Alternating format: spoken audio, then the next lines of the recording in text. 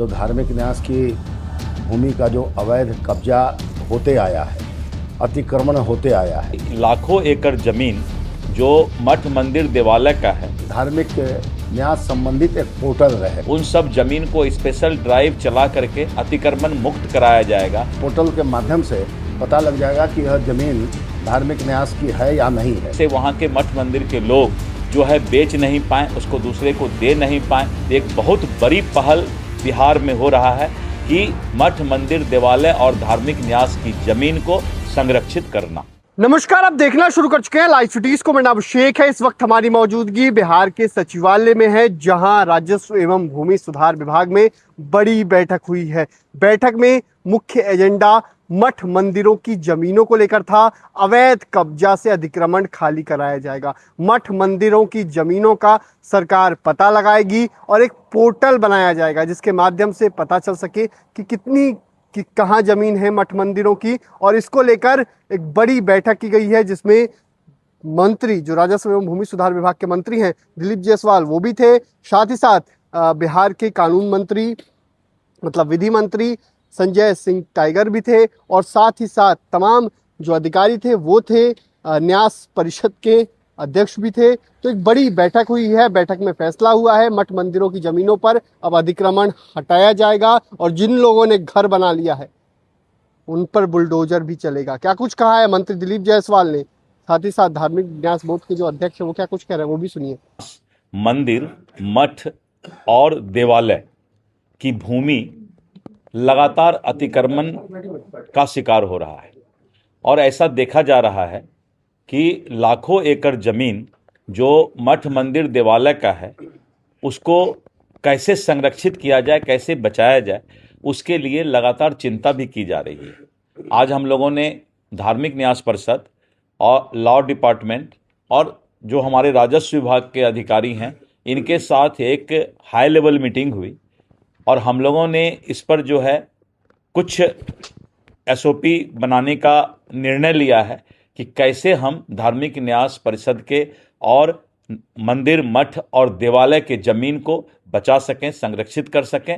और आने वाले समय में इसके लिए हम लोग एक स्पेशल सेल का गठन कर रहे हैं जिसमें धार्मिक न्यास परिषद के भी पदाधिकारी रहेंगे, राजस्व विभाग के अधिकारी रहेंगे और दोनों मिलकर जो उनके ट्रिब्यूनल का सेक्शन 43 में ऑर्डर हुआ है उन सब जमीन को स्पेशल ड्राइव चला करके अतिक्रमण मुक्त कराया जाएगा।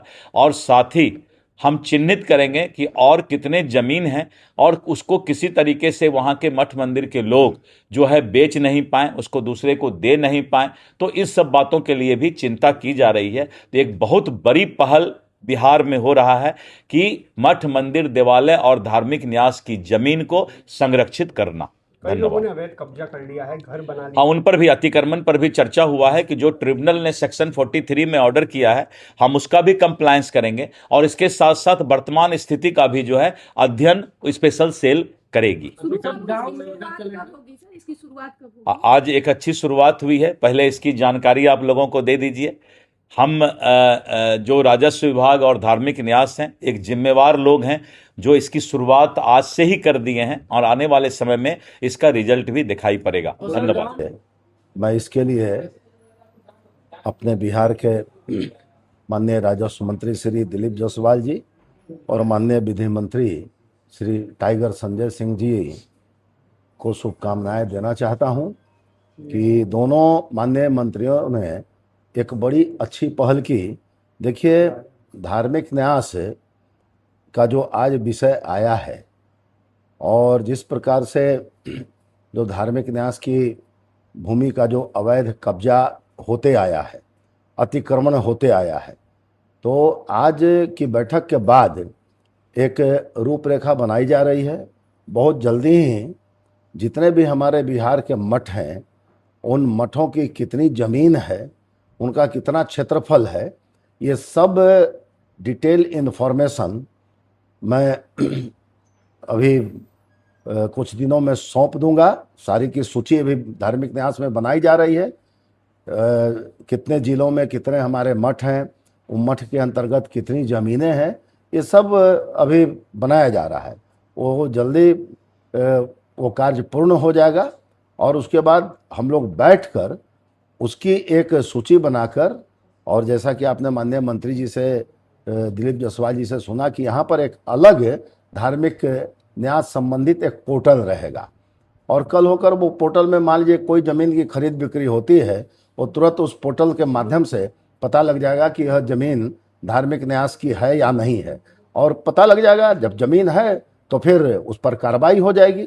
एक बहुत अच्छी पहल है, और भगवान ने ही ऐसा पहल कराया है कि किस प्रकार से मठ और मंदिरों में और धर्मशालाओं में किस प्रकार से शैक्षणिक गतिविधियां चलें, आध्यात्मिक गतिविधियां चलें और सामाजिक गतिविधियां चलें। जैसा कि धार्मिक न्यास ने भी निर्णय लिया है, तो उन गतिविधियों को चलाने में भविष्य में बहुत बड़ा मदद मिलेगा।